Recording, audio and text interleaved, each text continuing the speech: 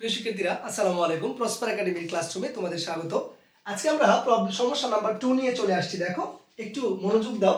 প্রশ্নটা হচ্ছে, আমরা প্রথম কথা হচ্ছে এইচএসসি 2026 এবং 27 এর জন্য প্রযোজ্য এই টপিকটা, এবং টপিকটার নাম হচ্ছে প্রয়োগ অপপ্রয়োগ।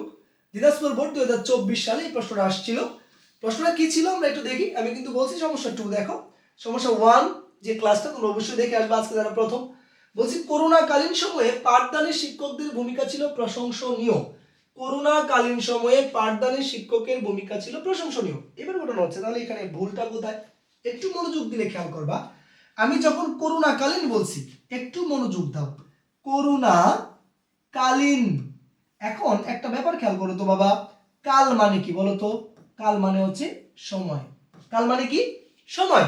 তাহলে করোনাকালীন যদি আমি মনে করি, তাহলে এটাকে বাংলা হয় করোনার সময়। করোনার সময়। এখন যদি করোনাকালীনটাকে বিশ্লেষণ করে বাক্যটাকে লিখতে যাই, করোনার সময় সময়ে পাঠদানে শিক্ষকদের ভূমিকা ছিল প্রশংসনীয়। অর্থাৎ এখানে করোনার সঙ্গে কালীন ব্যবহার করার পর তোমাকে সময় অতিরিক্ত অংশ হিসেবে ব্যবহার করার কোনো দরকার নাই। এরকম ভাবে তোমাদের পরীক্ষায় কিন্তু এরকম আরো অনেক প্রশ্ন আসে। আমি একটু তোমাদের একটু দেখাই, তাহলে বুঝতে পারবা। যখন দেখবা তৎকালীন সময়ে, তৎকালীন সময়ে, একটু ভালো করে খেয়াল করবা, তৎকালীন মানেই কিন্তু তখনকার সময়। তাহলে কেন আমাকে আবার সময় বলতে হবে? অথবা তুমি তখনকার সময় বলতে পারো, তৎকালীন বলে আবার সময় বলতে পারবা না। সেম ভাবে আমরা কিন্তু বলি, দেখবা চলাকালীন সময়, চলাকালীন সময়। সেম ভাবে দেখো বাবা, চলাকালীন মানেই তো চলার সময়। তাহলে আমি কেন আবার সময় ব্যবহার করব? প্রিয় শিক্ষার্থীরা, এটাকে আমাদের বাংলা ব্যাকরণের ভাষায় বাহুল্য দোষ বলে। অতিরিক্ত শব্দের প্রয়োগ, এগুলো ব্যবহার করা যাবে না। এখন তাহলে আমাদের এই যে সমস্যাটা আমাদের হইলো, এটাকে আমরা বাহুল্য দোষ বলতেছি, এবং এটাকে যখন আমরা সলভ করতে যাচ্ছি এরকম প্রবলেম। আর বাহুল্য দোষ শুধু যে তৎকালীন সময় এরকম না, আরো অনেক প্রবলেম আছে।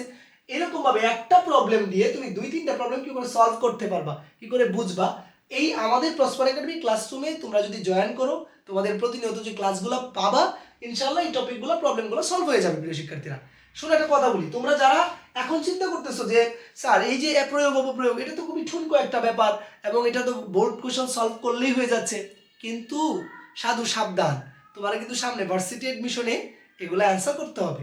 তোমরা জানো যে ঢাকা ইউনিভার্সিটি তুমি যখন পরীক্ষা দিতে যাবা বেটা, তখন তোমাকে 15 এমসিকিউ, 20 হচ্ছে সিকিউ, অর্থাৎ লিখিত। এই যে 35 মার্কস ঢাকা বিশ্ববিদ্যালয়ে বাংলা অ্যান্সার করতে হবে, তোমার যদি বেসিক না থাকে, তুমি যদি এই জায়গাগুলোর ক্লিয়ার কনসেপ্ট নিয়ে না যাও, তাহলে তুমি হয়তো বা অ্যান্সার করতে পারবা, করোনাকালীন সময়ে বাদ যাবে, অথবা করোনার সময়ে তুমি লিখে ফেললা, উত্তরও হয়ে গেল, কিন্তু তুমি কোনো কনসেপ্টই নিলা না। যখন ইউনিভার্সিটি এডমিশনে যাবো তখনই কিন্তু বিপদে পড়বা। তো প্রিয় শিক্ষার্থীরা, এই বাক্যগুলো সলভ করতে গিয়ে তোমার কিন্তু মাথায় রাখতে হবে, এখানে শুধু তৎকালীন হবে, সময় লেখা যাবে না। এখানে চলাকালীন হবে, সময় লেখা যাবে না। যদি লিখতে যাও তাহলে কি হবে? তখন কিন্তু বলা যাবে, যেমন চলার সময়ে কালীন কিন্তু ব্যবহার করা যাবে না। তো প্রিয় শিক্ষার্থীরা, আজ এই পর্যন্তই ছিল আমাদের আলোচনা। তো আজকে এই ক্লাসটা আমাদের ভালো লাগবে, অবশ্যই আমার পেজটাকে ফলো দিয়ে রাখবা। পেজটাকে ফলো দিয়ে রাখবা এই জন্য, কারণ প্রতিনিয়তই আমরা এই ক্লাসগুলো তোমাদের জন্য আপলোড দিব। আজ এই পর্যন্ত, সবাই ভালো থাকো, আল্লাহ হাফেজ।